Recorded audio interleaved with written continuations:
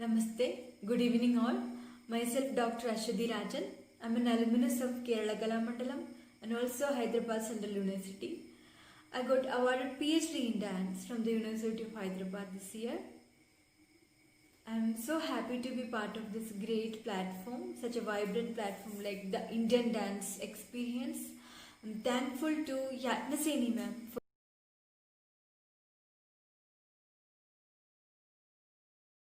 wonderful. A few nuances of Mohiniyattam. My topic titled The Phenomenology of Mohiniyattam Movement Concepts, a brief study. I'm going to discuss the etymology of the adavus of Mohiniyattam and its relation with the organic culture of the land in a phenomenological perspective. Before entering to the crux of my topic, I would like to share my own experience, like what prompted me to take this specific topic. Actually, being an alumnus of Kerala Kalamandalam, being trained in Mohiniyattam for several years from the Great Institute of Kalamandalam, I always thought to go back and find again, like what was happening with me all these years, during my stay at Kalamandalam, during my training in Mohiniyattam, because I was very fresh. I was new to Mohiniyattam. I never learned Mohiniyattam prior to Kalamandalam. So it was a new thing for me, and it took so much of time and pain for me to fit into that mold of Mohiniyattam, movement concept. So that actually provoked me to take this topic, at the end of the day for my research. I took this topic, for that reason. I wanted to know about myself, and, I wanted to take things from my own experience. And I would say my years at Kalamandalam is a transformation years for me and also for Kalamandalam as well. Because during my period of training, there were a lot of our senior teachers were retiring. So that is a retiring time. All this decade marked that kind of a shift in Kalamandalam. So from that generation to this generation, now my batchmates and this generation student and dancers are mostly on the back of teachers there. So we can mark it as a shift. So that also a reason for me to do this topic. And my perspective as being as an insider and outsider perspective, because I was insider once, and then I came out of that frame. I came out of that institute, and I started learning other form. I learned Mohiniyattam and Kuchipudi from Kalamandalam, but Mohiniyattam was main for me. And then after finishing the course of Kalamandalam, till my degree I was there, and after that I joined Hyderabad Central University for my PG. So from there I learned Kuchipudi. So I just entered my being with my life with Mohiniyattam there for a short period. Then again in my PhD, I started thinking. I started slowly knowing that the prominence of the importance of the residential schooling. Actually, what at the end of the day, what that residential art schooling made me to my body and my mind. Actually, it was a transformation, and sometimes it is an imposed. There is an imposed factor in it also. Like, I was never a person. I was little quirky when I joined in Kalamandalam because my age is only 13. So I was not much understanding to the situation and all those kind of new etiquette and new pattern of living all imposed on me, and it was hard for me to follow such patterns. we should not do some kind of things and we should do this. Like it was a shift for me too. It was actually like married to different place and different community, different context. So we have to we have to cut ourselves. We have to cut across the boundaries of our living. So this learning Mohiniyattam made me change a lot, and now I got back myself, because during the stay at Kalamandalam, we all know that when we go under a residential school or residential pattern of a Gurukula pattern of training, there is no room for asking. So this actually triggered me a lot, but I didn't question. I just followed, because we have to follow, no? Whenever we enter into a new system, so particularly in that age, we just follow. But I was suppressing myself, and it was really hard for me to fit into that frame. So what was that? Because Bharatanatyam and Kuchipudi, it was never hard for me to enter into the culture of the texture and culture of the form. I always thought that Bharatanatyam and Kuchipudi, I was learning Bharatanatyam and Kuchipudi from an early age.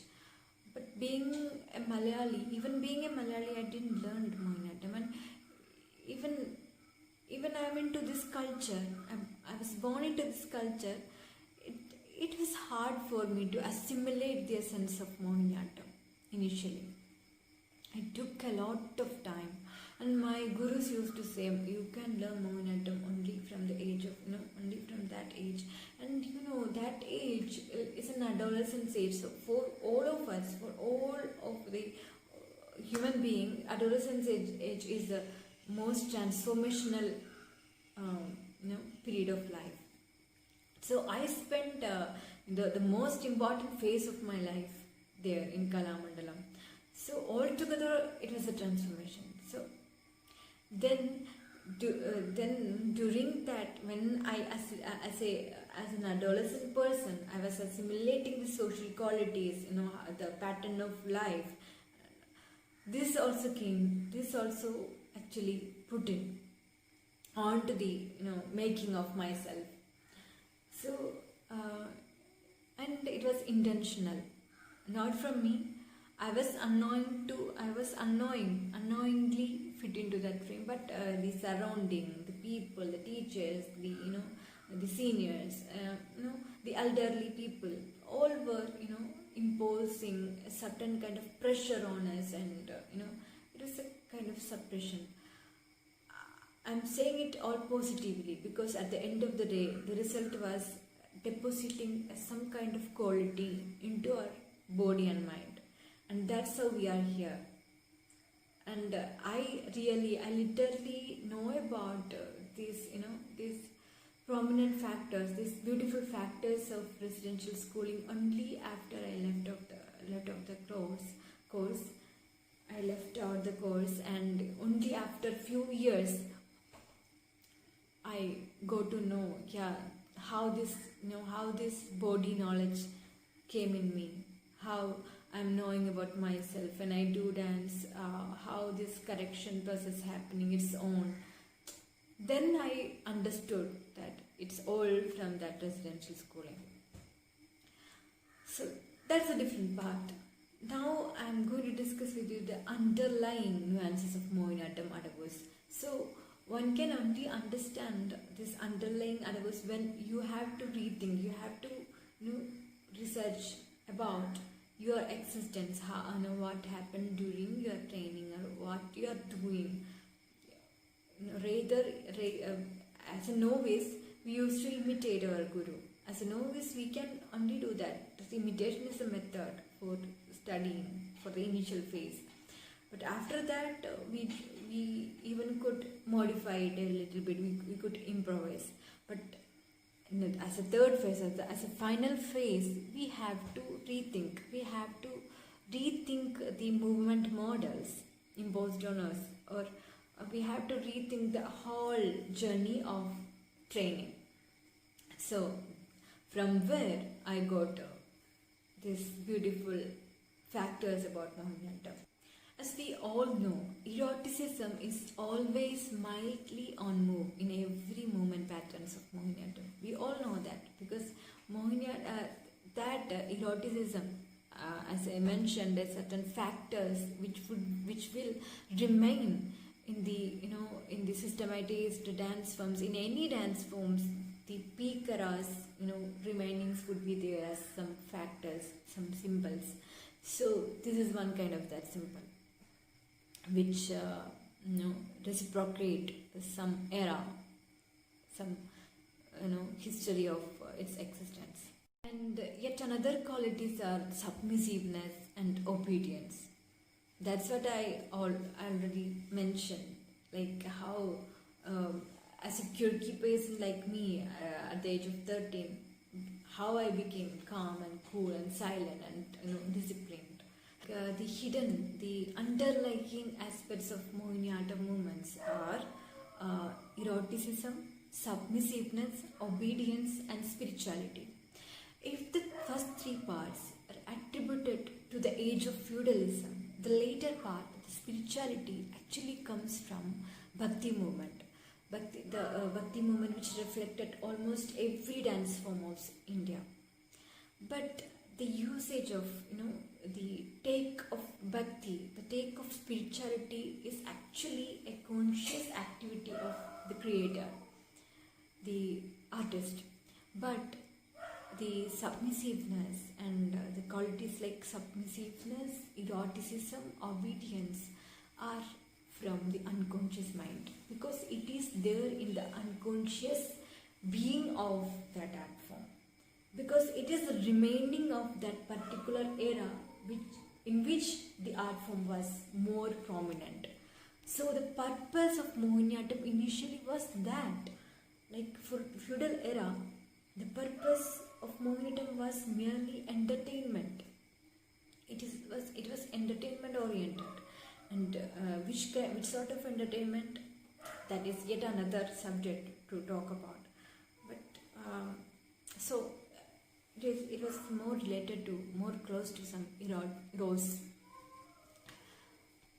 So as I said, in dance forms, in every dance forms, particular factors or motives would be there from the peak era of its existence. So that is the same case with Mohiniyattam. Now I want to demonstrate few things, like how this body language, body positioning of Mohiniyattam comes from being a Keralite form. Certain kinds of cultural factors would be reflected in this formation of body positioning and body movements. So there is an inference. Chambram Padiyal. We sit like this, Now we all sit like this. Chambram Padiyal is a way, is a disciplined way of sitting. We used to learn this from our childhood as a good way of sitting, and it's a kind of practicing good manners. And in this manner of sitting, the thighs are wide open, and pelvic region is not closed. And in many parts of South India, it is not welcomed much. Like this thighs open position is not welcomed. They suggest, they prefer more of a thighs closed or a pelvic region closed sitting. It might be like this. So this could be the most welcomed way of sitting for a good woman, a so-called good woman. So this is the difference what I demonstrated. Yeah, the first one, on the right, it is Chambram Padiyal, and the left side it's a thigh closed position, the pelvic region closed position of sitting.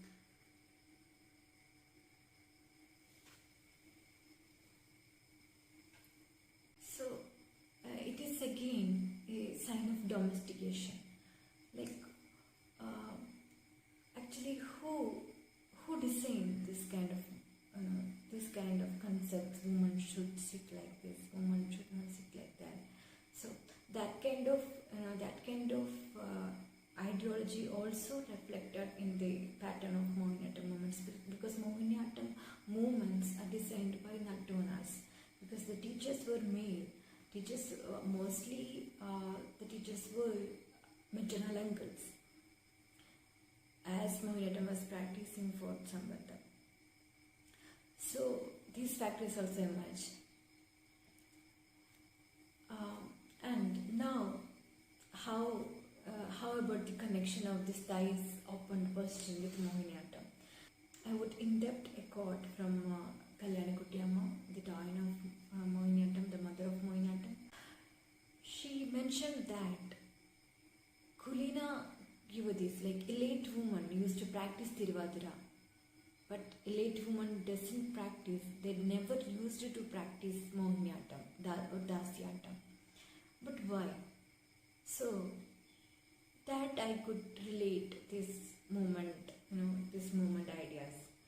In Tiruvadira Kali, the thighs won't, they won't open the thighs much. They have such kind of restrictions. They won't move much actually, because it is done by the woman of Kerala. It is not done by dancers. It's a community entertainment form.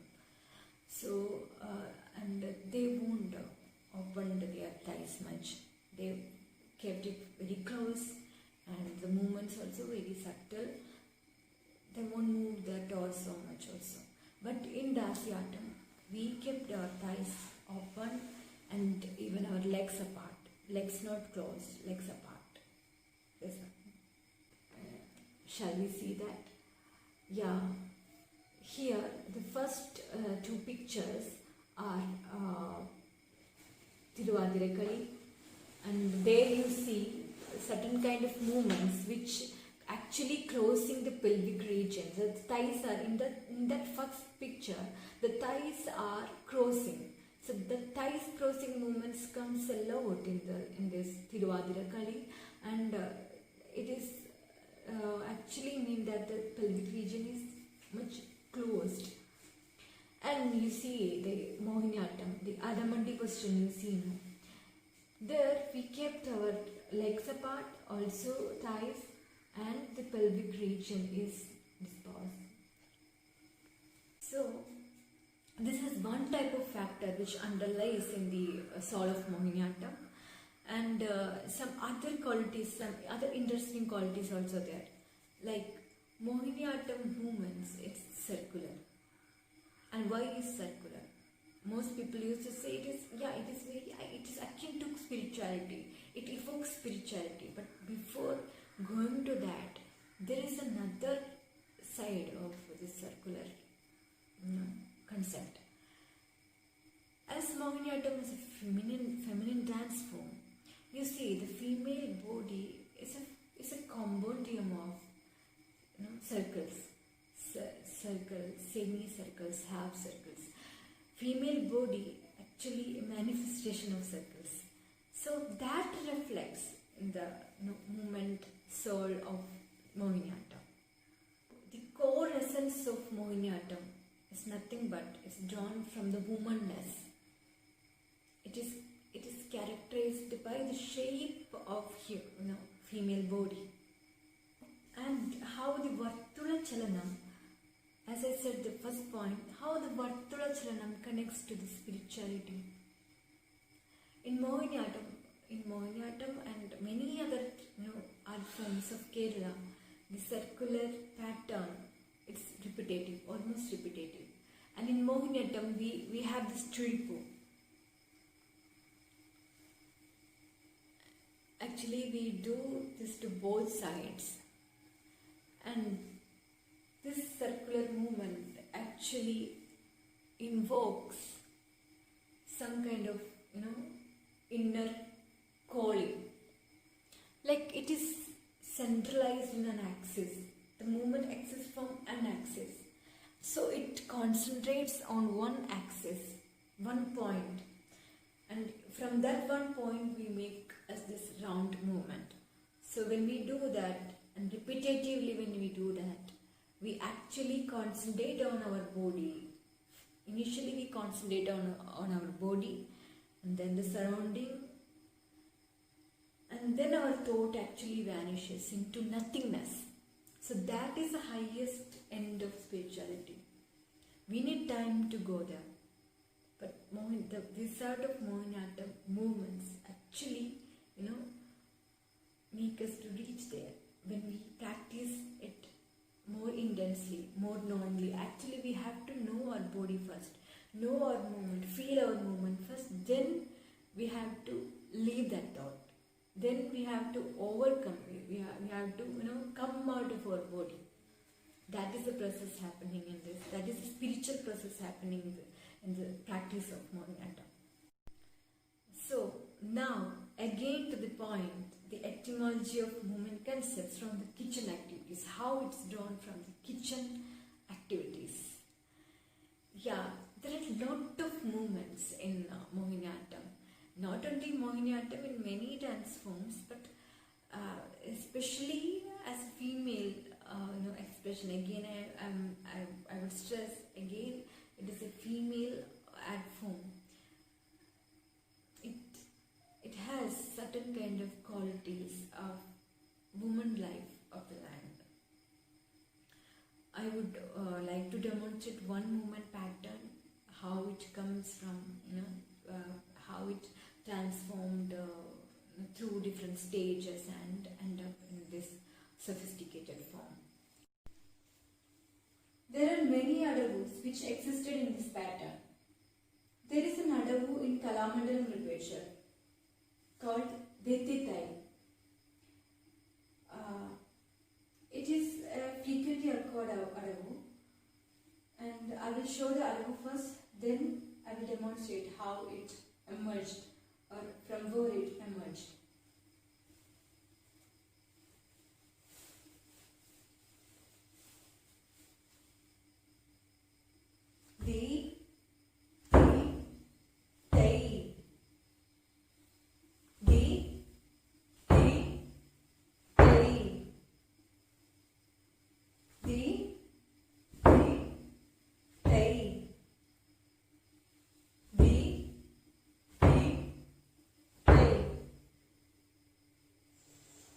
So, in this adavu, the palm goes to the top of our head, and from there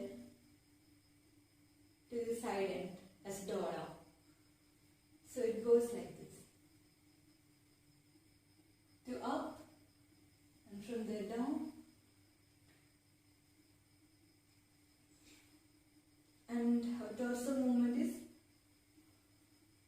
like this, side to side.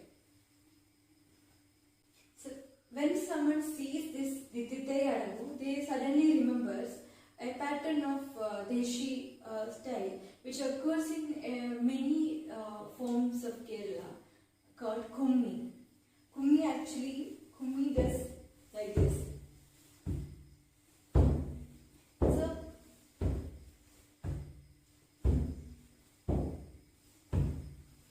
it is the simplest way of doing Kummi. There are different Kummis, but this is one kind of Kummi which resembles this kind of Dithitai. And you see, there are certain kinds of kitchen activities, much close to this texture of the movement. In olden days, in our kitchen, there were many instruments we used for the purpose of kitchen. But now it all replaced with the invention of machines like mixer grinders and all. There is a certain kind of movement, occur when we do rice pondering. We use a ulekka, a stick, which we call ulekka, and a barrel to ponder the rice. So we used to do that like this. you used to crush the grains with this stick, the stick called ulekya. So the movement like this, movement happened like this. So now you see again the hand goes on the top of our head and again it goes to the side. So from here the kumi pattern must have originated. And from this kumi pattern finally to the sophisticated form of dance. So that is how the travelogue of the emergence of the movement pattern, certain movement patterns. This is the story of one movement pattern. Now there is a specific adabu. It is not originated from the kitchen activity alone, but it is the overall essence of the human behavior. There is a movement which occurs, which underlies in every movement patterns of Mohiniyattam. Most of the movement patterns of Mohiniyattam, this kind of character emerges. That is up and down movements of the chest, like this. We have this kind of exercise also, adabu also, and in many movement patterns, this up and down movement of chest occurs. Again, this is a half vritta, but it is not limited to the characteristics of vritta, but also it extends its meaning, its symbol to the story of domestication, the story of submissiveness. The character of submissiveness underlies in every human being, not only this part of the world, but it's a world phenomenon. The great writer Desmond Morris, in his Man Watching, he explains certain kinds of bodily actions actually showcases, they unknowingly showcases this character of submissiveness, like cringing, crouching, and whimpering, and groveling. All these kinds of movements emerges out of the factor of submissiveness, which lied in, which is rooted in the reality of your body.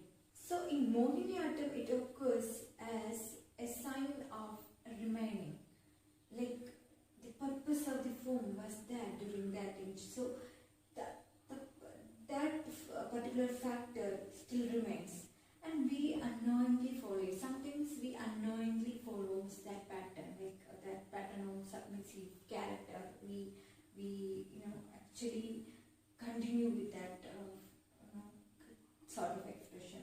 When we do this kind of movements unconsciously, it means that it emerges from the collective unconsciousness. Like our former generations have been experienced some kind of struggles and suppression, so the factors actually deposited in their body, and now it reflected on us. So we unconsciously does that kind of pattern. And in sociology, they look at human body quite interestingly. Like each of our body position tells something else to the society, else to the other person. If I am talking with you, my body gestures, I speak something, but my body gestures could slip something before you, some trait of me before you. Like if I am submissive, you could get to know that from my body position. And if I am a person with, such a kind of confident and all, it also reflects in my body actions. And the other pattern of Mohiniyattam, there is a movement called Ettu Varikal. I will show that movement first, then I will explain what sort of story it actually implies. We start from Aramati. So it has two movement unit has two parts.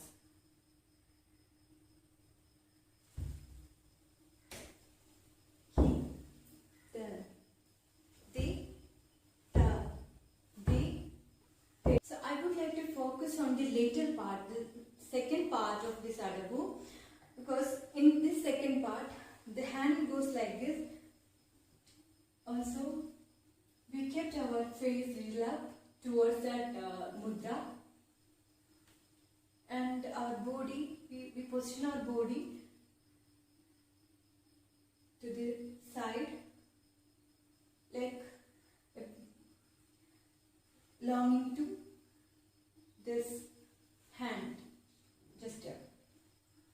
So this showcases, this actually mean, when you look at close to this adabu, you could see there is a kind of vulnerability of womanhood, flashes there. Even though the world is going through drastic changes, and we are going through a phase of woman empowerment, and we are getting back our identity, but still there are women who is going through suppressions and all. When we see this adabu, that kind of a belongingness, that kind of a vulnerability or in-betweenness we could feel from this moment. Like in-betweenness of woman. Neither the woman is positive, neither there or nor here. That kind of a feeling emerges. So, or the woman is belong to someone else. She is not belong to her. She is belong to someone else. So that kind of identity crisis actually flashes through this movement. They hit they. So this kind of movements actually repetitively occurs in the performativity of Mohiniyattam. That's what I wanted to focus on this adabu, and I wanted to look at this adabu in this particular dimension. So the later part of this movement actually means yearning for something. We yearn for something we could not fetch. Philosophically, people used to address this movement, or address this idea of yearning as the connection between Jivatma to Paramatma. So, the reaching of Jivatma to Paramatma, they would address it as like this. But no, behind there is a story of submission also. There is a story of submissiveness and domestication also. So finally, in this demonstration, I would like to bring one more adabu. That's the fifth adabu of Mohiniyattam, the most disciplined pattern of adabu and difficult one. I still remember the great guru, Kalamandala Leerama teacher, used to monitor us, doing this adabu. She used to correct this adabu with everyone. So I will show that adabu first, then I will, I will give details about the implications of the adabu. This is a crucial adabu.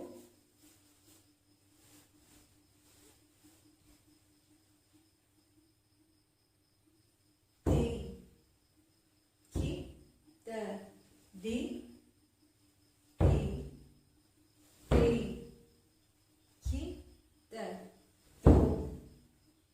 to, they, ki, the,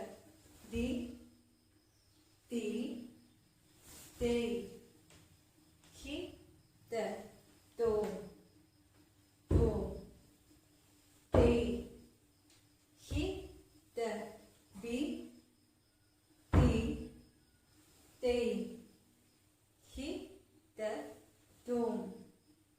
to, they, ki, the, they, he, the, tom. So, in this adabu, the alabatma goes from the elbow of the other hand, just before the elbow of the other hand, and it goes down only until the knees. Then then it turns as Mudrakya here, and from there it ends at the first part and it returns the same way and keep in front of the chest. And the hand should not move beyond the level, beyond the certain level, like the elbow and knees. We could not cross these lines. So there is a kind of limitation, there is a kind of parameter, ruling this adabu. So that is what Leelama teacher used to, focus, like used to monitor as if we are doing it right or not, because this is the focal adabu of Mohiniyattam. And what it indicates, only after I came out of Kalamandalam and I practiced different form like Kuchipudi, and then I again took my study, concentrate on Mohiniyattam, I could learn, I could understand the state of this the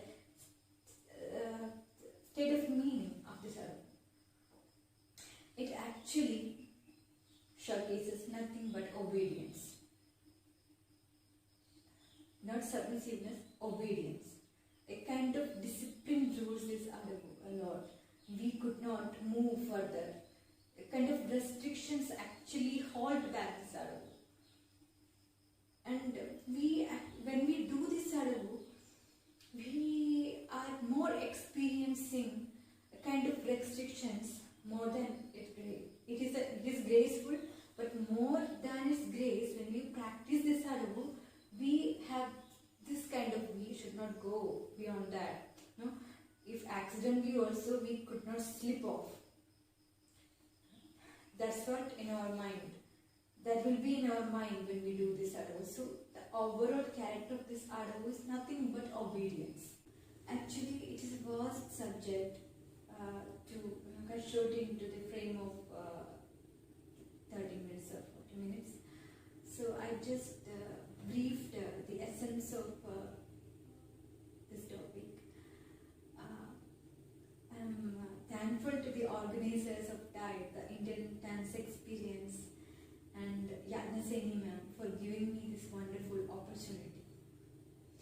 And Mohiniyattam as a female dance form has enough room to celebrate womanness. So I would say we all performers of Mohiniyattam should come front and experience more of our inner consciousness of womanness, and we should break the barriers